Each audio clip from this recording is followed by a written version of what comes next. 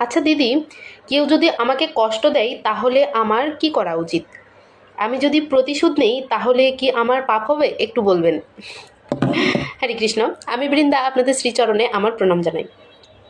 তো শুরুতেই আপনাদের বলতে চাই যে ভক্তদেরকে তৃণের মতো সহিষ্ণু হতে হবে। মহাপ্রভু শিক্ষাষ্টকমের 3 নম্বর শ্লোকে বলেছেন ভক্তদের তৃণের মতো সহিষ্ণু হতে হবে, তৃণাদপি শুনি যেন। আমরা যদি নিত্যানন্দ প্রভুর দিকে একবার তাকাই তাহলে কি দেখতে পাচ্ছি? যে জগাই মাধায় কতটা অত্যাচারী, কতটা পাপী ছিল। মাধায় নিত্যানন্দ প্রভুকে কলসির কানা ছুঁড়ে মেরেছিল। নিত্যানন্দ প্রভুর কপাল কেটে দর দর করে রক্ত পড়ছিল, তবুও তিনি বারবার বলছিলেন যে তোমরা একবার কৃষ্ণ নাম বলো, তোমরা একবার হরি নাম বলো। তিনি জগায় মাধায় হেন পাপীকে পর্যন্ত কিন্তু উদ্ধার করেছেন।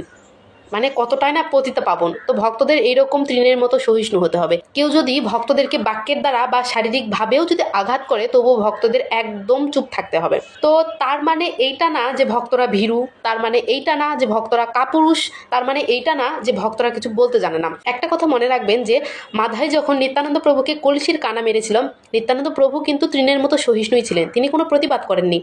তবে গৌরাঙ্গ মহাপ্রভু দেখুন, যখনই তিনি শুনলেন যে তার ভক্ত নিত্যানন্দকে জগাই মাধায় কলসির কানা দিয়ে মেরেছে, সঙ্গে সঙ্গে তিনি সেই স্থানে উপস্থিত হন এবং চৈতন্য মহাপ্রভু চক্রকে আহ্বান করেন।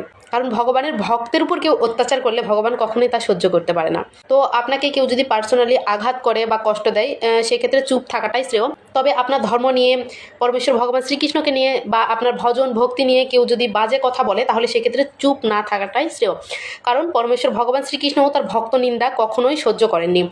তো সেক্ষেত্রে আপনি অবশ্যই প্রতিবাদ করবেন।